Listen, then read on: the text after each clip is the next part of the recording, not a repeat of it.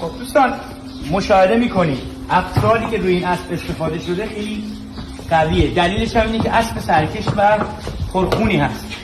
من اینو قبول دارم، ولی بیاید جلوتر نگاه کنید. این اسب زبون رو رد کرده، آبخوری زیر زبونه. یکی از دلایل این که داره بیقراری میکنه این عدم درست استفاده کردن دهنه است. نه اونجوری نه.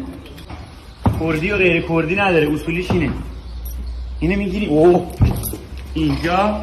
این یکی از دلایلی که میخواد فرار کنه به زور دهنه خورده.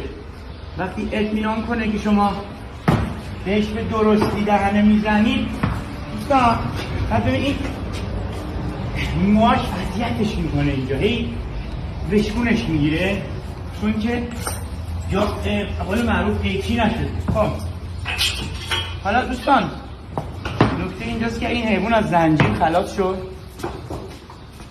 خیلی آروم شد و زبونم رد نکرد. دوستان میبینی؟ این الان تراز شد. سوال و جواب کسی سوال جواب.